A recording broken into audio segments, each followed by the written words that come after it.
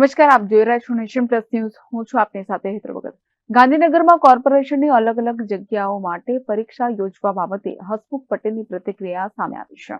ગાંધીનગરમાં કોર્પોરેશનની અલગ અલગ જગ્યાઓ માટે પરીક્ષા યોજવા બાબતે જીપીએસસીના ચેરમેન હસમુખ પટેલની પ્રતિક્રિયા સામે આવી છે, જેમાં કુલ 3 ગાંધીનગર મનપાની ભરતી લેવા માટે પરીક્ષાઓ યોજવાની છે.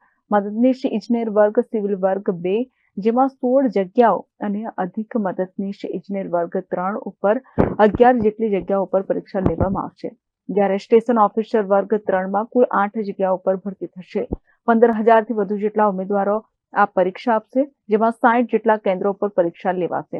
એચડી કેમેરા સાથે રાખીને પરીક્ષા યોજાશે.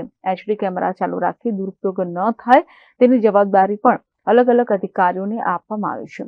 જેમાં અમદાવાદ, ગાંધીનગરમાં આ પરીક્ષા યોજાશે. અમદાવાદમાં 59 કેન્દ્ર અને ગાંધીનગર 1 કેન્દ્ર ઉપર પરીક્ષા લેવાશે. ગઈકાલે લેનારી પરીક્ષામાં હાઈ ડેફિનેશન કેમેરાને લઈને સુપરવિઝનની નિમણૂક કરાઈ હતી.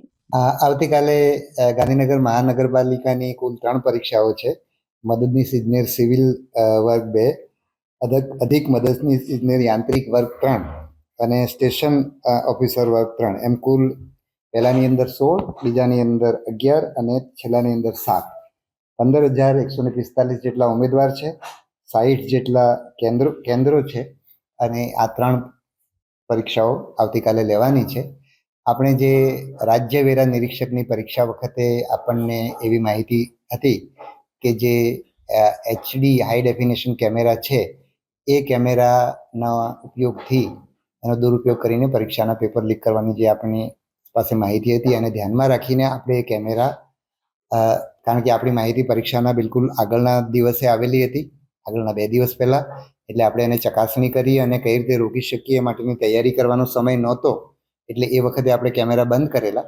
અત્યારે હવે આ જે નાની પરીક્ષાઓ છે એ દરમિયાન આપણે કેમેરા સાથે રાખીને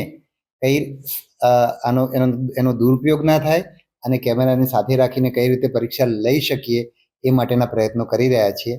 એના ભાગરૂપે આવતીકાલની જે પરીક્ષાઓ છે એ પરીક્ષાઓની અંદર આપણે જ્યાં હાઈ ડેફિનેશન કેમેરા છે ત્યાં આઈટીઆઈના ટેકનિકલ લોકોને સીસીટીવી સુપરવાઇઝર તરીકે નિમણૂક કરવામાં આવી છે અને એચડી કેમેરા ચાલુ રાખીએ છતાં પણ એનો કોઈ દુરુપયોગ ના થાય એ માટેની વ્યવસ્થા, એમની તાલીમ પણ કરવામાં આવી છે અને આવતીકાલે એ કામગીરી એ રીતે કરવામાં આવશે. અને એનો જેમ આ રીતે પરીક્ષામાં જુદી જુદી રીતે આપણે જે પણ પ્રયત્નો કરશું એના અંતે ભવિષ્યની અંદર આપણે આ પ્રકારના સીસીટીવી કેમેરા છે ત્યાં કેવી રીતે કામ કરવું એની એસઓપી ઘડીશું. ત્યાં કેમેરા ચાલુ રાખવા કે કેમ, અથવા ચાલુ રાખવા તો કઈ રીતે ચાલુ રાખવા અને શું એના માટેની વ્યવસ્થા કરવી જેથી એનો દુરુપયોગ ના થાય.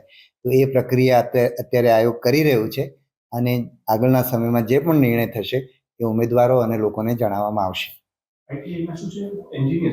આઈટીઆઈના ઇન્સ્ટ્રક્ટર છે. આ વિષય સાથે જે ટેકનોલોજી સાથે સંકળાયેલા ઇન્સ્ટ્રક્ટર હોય એમને અમે મૂક્યા છે, જેથી કરીને એ સુનિશ્ચિત કરે કે આ જે કેમેરા મતલબ જેનું સીસીટીવી રેકોર્ડિંગ છે એ કોઈ પણ રીતે બહાર જાય નહીં. Janak Patel, nation plus news, Gandhinagar. સમાચારોના સતત અપડેટ મેળવવા માટે અમારી નેશન પ્લસ ન્યૂઝની યુટ્યુબ ચેનલને સબસ્ક્રાઇબ કરો, બેલ આઇકન દબાવો અને જોડાયેલા રહો ફેસબુક, ઇન્સ્ટાગ્રામ અને ટ્વિટર પર.